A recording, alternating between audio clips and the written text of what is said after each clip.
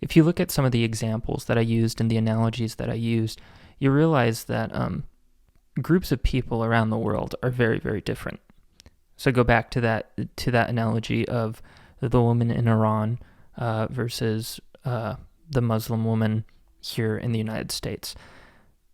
Very clearly, these are two very different cultures that believe in very different things.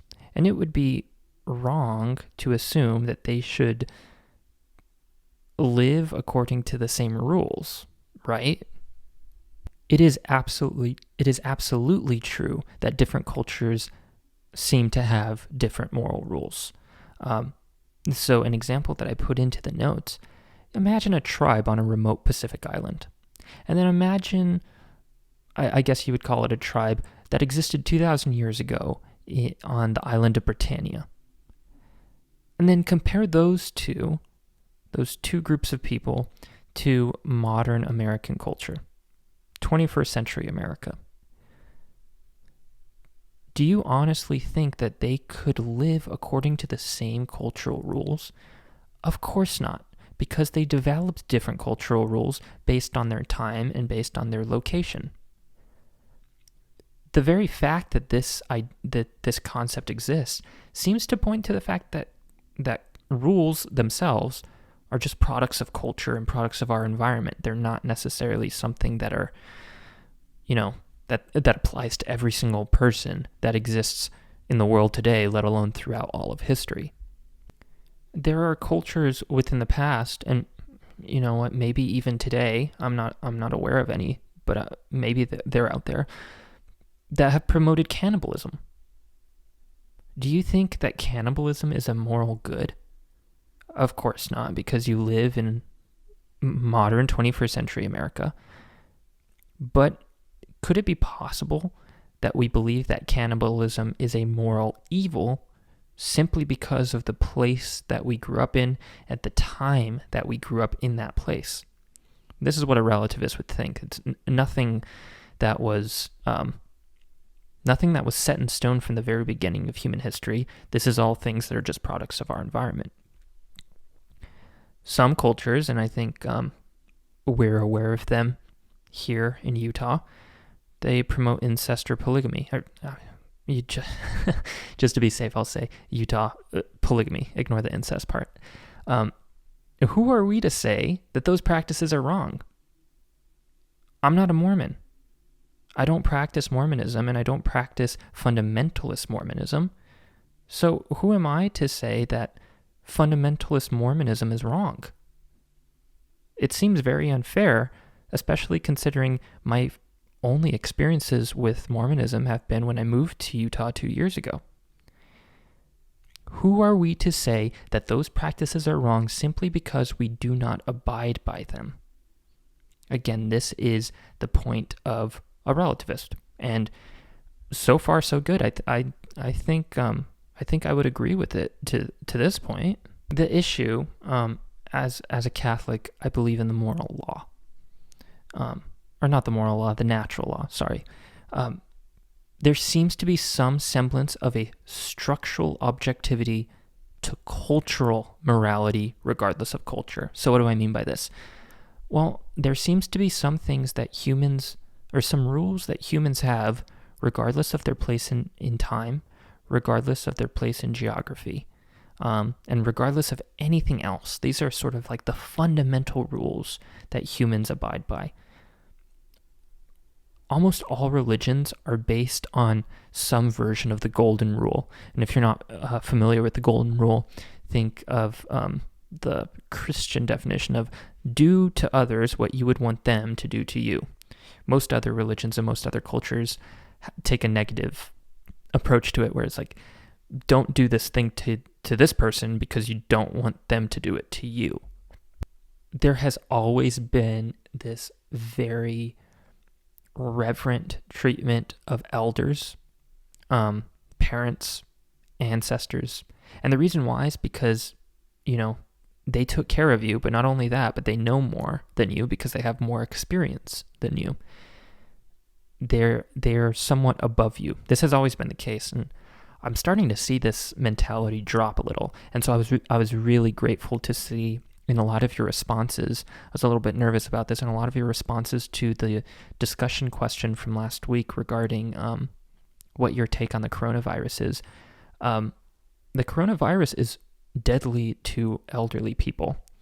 And a lot of you have someone elderly in your life that you care for and that you love, and you're worried for them. You're worried right now for them. And I think that's a great sign of generosity, and it's you wanting the best for them. This is a mentality that we've had for thousands and thousands of years. It seems to be maybe part of human nature itself. Also, something that I threw in there just for good measure, do you think that there is any culture in the world throughout history that has ever believed that theft is a good thing? Of course not. You could argue murder, but definitely not theft. At least I can't think of any. These are things that we seem to acknowledge exist, regardless of where you are in time, regardless of where you are in geography. As a human being, these are things that you're not surprised by.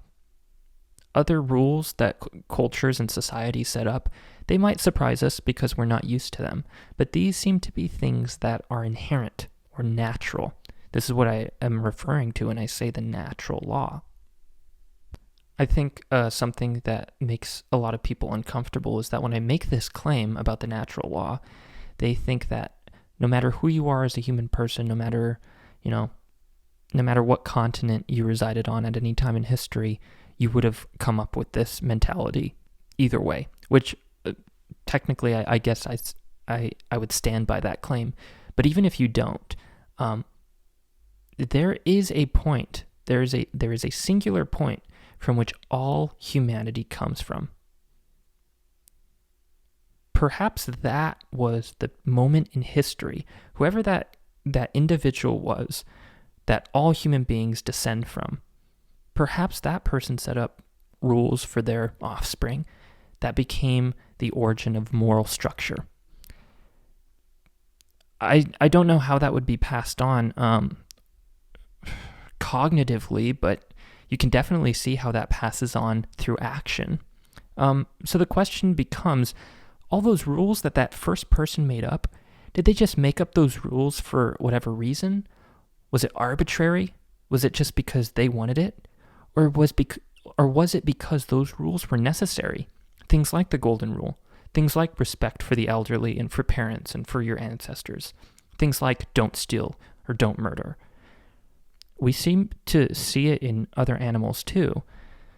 So it makes me a little bit uncomfortable to say that morality and ethics and moral laws and rules only come from our culture, because there are multiple examples where this can be seen in every culture, no matter where it belongs. Feel free to offer some feedback or examples that argue against this, because I'm curious to see what you all think about it. My biggest issue with using relativism as a basis for morality is that I think philosophy is super, super crucial to human existence, and it's impossible to philosophize or discuss morality and ethics if you believe in relativism. Because remember, the purpose of philosophy is to come to an understanding of the truth with someone else. You need to be in discussion. You need to be talking with someone, and you need to be going back and forth in order to really come to the truth. There are things that I don't know, and I need you all to tell me. There are things that you don't know, and you need me to tell you. That's the purpose of philosophy. If you think that there really is no truth, there really is no right or wrong, then philosophy is no longer necessary. Morality is no longer necessary. Ethics is no longer necessary. But every single one of us believes in right or wrong, regardless of whether they may be different on an individual case-to-case basis. The very fact that right and wrong exists, at least for the individual, tells us that ethics is something that's worth studying. So going forward, we cannot use relativism as a means to study ethics. There are plenty of really important philosophers who used relativism or believed in relativism. There's something really wrong about their approach to ethics, though, and as the semester goes on, we'll start to unpack some of those individuals. But not only is relativism dangerous to live out, again, we need rules. I don't think anybody really or truly lives out relativism.